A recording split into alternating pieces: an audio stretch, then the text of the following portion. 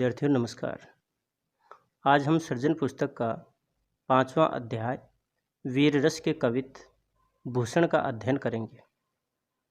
प्यारे विद्यार्थियों, जैसे ही भूषण का नाम आता है तो सबसे पहली जो बात दिल और दिमाग में आती है वह वीर रस की बात आती है, क्योंकि रीतिकाल जो था उसमें सबसे ज़्यादा श्रृंगार की प्रधानता थी, या फिर यूँ कहें कि जैसे ही रीतिकाल की बात करते हैं तो श्रृंगार रस की प्रधानता जो है वो वहीं पर आ जाती है। जबकि भूषण थे ये उस रीतिकाल के समय में या रीतिकाल में उन्होंने श्रृंगार रस की जो काव्य धारा बह रही थी उसमें वीर रस की काव्य धारा को बहारने का प्रयास किया। ये इनकी सबसे बड़ी खास बात है और इसीलिए इनके संदर्भ में पहला प्रश्न भी बनता है और वो प्रश्न ये बनता है कि भूषण वीर रस के कवि हैं, स्पष्ट कीजिए। प्रश्न को मैं रिपीट कर रहा हूँ कि भूषण वीर रस के कवि हैं, स्पष्ट कीजिए। प्यारे विद्यार्थियों, इस प्रश्न का जो उत्तर है, जैसे जैसे इनके जो कवित्व हैं उनको पढ़ेंगे और पढ़ने के पश्चात सभी का जो सार है वो इस प्रश्न का उत्तर होगा। तो हम 2-3 बातें कवि के संदर्भ में करते हैं कि सबसे पहली बात आती है कि कवि भूषण का जो शिल्प पक्ष है, कला पक्ष जिसको बोलें, उसके ऊपर बात करें। कला पक्ष की अगर बात करेंगे तो यहाँ पर जो जितने भी कवित्व हैं वो ब्रज भाषा में है। दूसरी बात, छंद की जो बात आती है तो ये तो एक तरह से इस पाठ के शीर्षक से ही पता चल गया कि इसमें कवित्व छंद है। और कवित्व छंद की विशेषता ये होती है कि इसमें 31 वर्ण होते हैं। जगह जगह हमें लाक्षणिकता का पुट देखने को मिलेगा। वहीं पर अनुप्रास है, अतिशयोक्ति है, उपमा है, आदि अलंकार भी अपने को देखने को मिलेंगे। तो हम बात करते हैं सबसे पहले कवि भूषण के जीवन परिचय की बात करते हैं। तो प्यारे विद्यार्थियों, कि रीतिकाल की श्रृंगार प्रधान काव्य सरिता में वीर रस की प्रबल धार बहाने वाले कवि भूषण का जन्म 1613 ईस्वी में उत्तर प्रदेश में कानपुर के तिकवामपुर गांव में हुआ था और इनके पिता का नाम था रत्नाकर त्रिपाठी। भूषण का जो मूल नाम है वो घनश्याम था और रुद्र राजा सोलंकी ने इनको भूषण की उपाधि दी थी। इन्हें छत्रपति शिवाजी और छत्रसाल महाराज के दरबार में विशेष सम्मान प्राप्त हुआ। कवि भूषण की रचनाओं में जो मूल रचनाएं हैं इनकी शिवराज भूषण, छत्रसाल दशक, शिवा बावनी, भूषण हजारा व भूषण उल्लास, ये इनकी उल्लेखनीय रचनाएं हैं। और सर्वाधिक जो प्रसिद्धि इनको मिली वो सर्वाधिक प्रसिद्धि मिली इनकी रचना है शिवराज भूषण। शिवराज भूषण से इनको मूल रूप से प्रसिद्धि मिली। और भूषण की रचनाओं में राष्ट्रीयता की भावना, वीरता के उद्गार व ओज गुण का वैशिष्ट्य है। वहीं पर बात करें हम, अभी जो पीछे बात आई थी गुण की, तो उस संदर्भ में एक बात मैं फिर से आप लोगों को याद दिलाना चाहूँगा कि यहाँ जो वीर रस की बात आई है तो वीर रस के साथ में ओज गुण होता है। ओज गुण की जो प्रधानता है वो हमें देखने को मिलेगी। कवि की वाणी देशवासियों के लिए आज भी प्रेरणादायी है। प्रस्तुत पाठ में कवि भूषण के 5 कवित्व हैं, जिनमें शिवाजी जब युद्ध के लिए प्रस्थान करते हैं तो संसार भर में हलचल हो जाती है, खलबली मच जाती है और चारों ओर धूल के जो गर्द छाए हुए हैं और उनमें भी जो सूर्य है वो तारे के समान लगता है। जो समुद्र थाली में रखे हुए पारे की तरह प्रतीत होता है। औरंगजेब के दरबार में समुचित सम्मान न पाकर क्रोध से उबलते शिवाजी का और रुद्र लाल मुख देखकर शिवाजी का मुख काला व उसके सिपाहियों का मुख भय से पीला पड़ जाता है। शेषनाग विधाता, जिसे करतार भी कहा गया है, वह यमराज के दायित्वों को असल में तो शिवाजी ही निभाते हैं।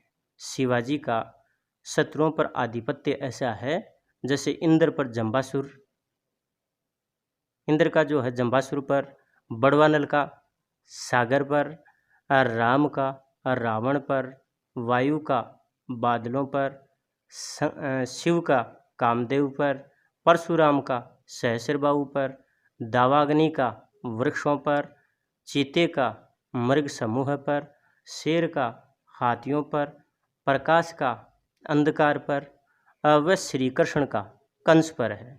इसी प्रकार कवि शिवाजी की तुलना गरुड़, सिंह, इंद्र, बाज एवं सूर्य से करता है।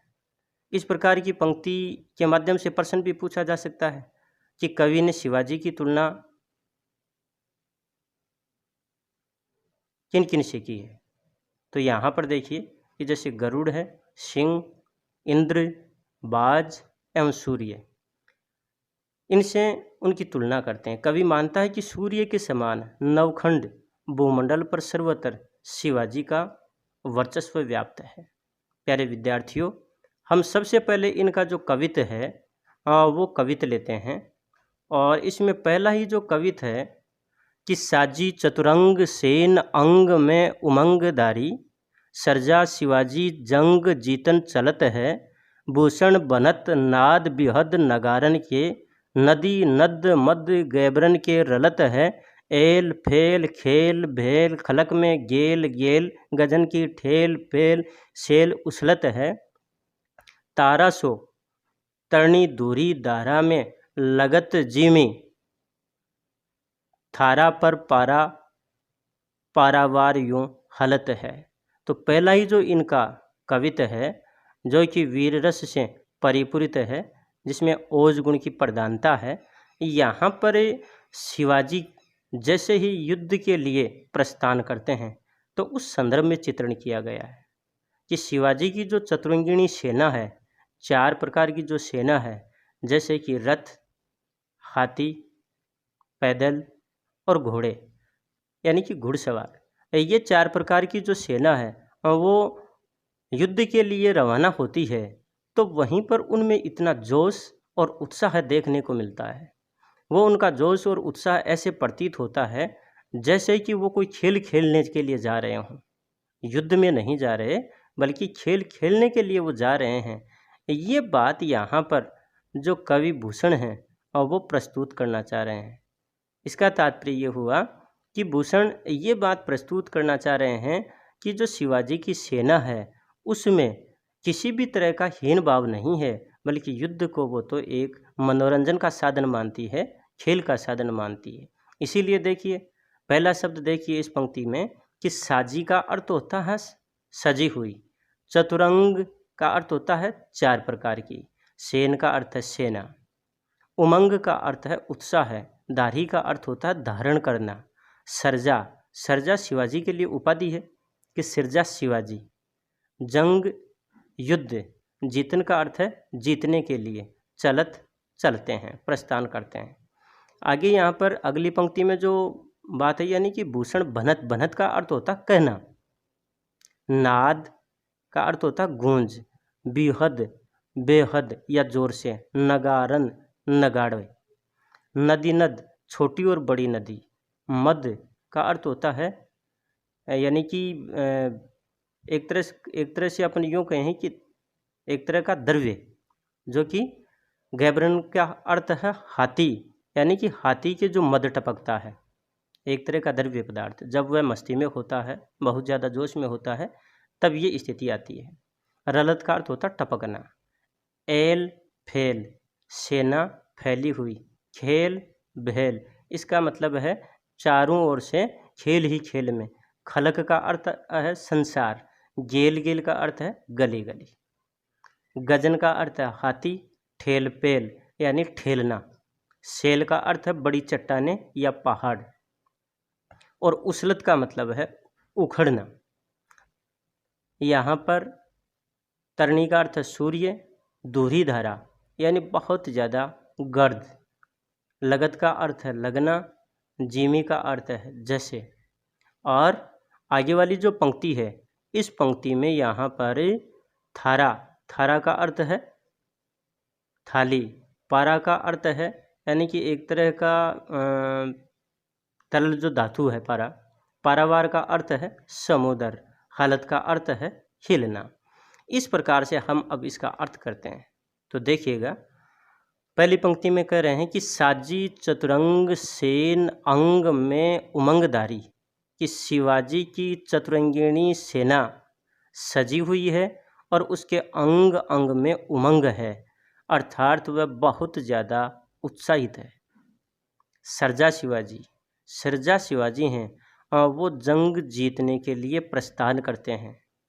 भूषण बनत, भूषण कह रहे हैं कि नाद बिहद नगारन के, जैसे ही वो युद्ध के लिए प्रस्थान करते हैं तो चारों ओर नगाड़ों का बेहद नाद सुनाई देता है, या नगाड़ों की गूंज चारों ओर विद्यमान रहती है। नदी नद, छोटी और जो बड़ी नदी हैं उनमें तेज प्रवाह होने लगता है। मद गैबरन के रलत है, और जो हाथी हैं उनके भी मद टपकने लगता है।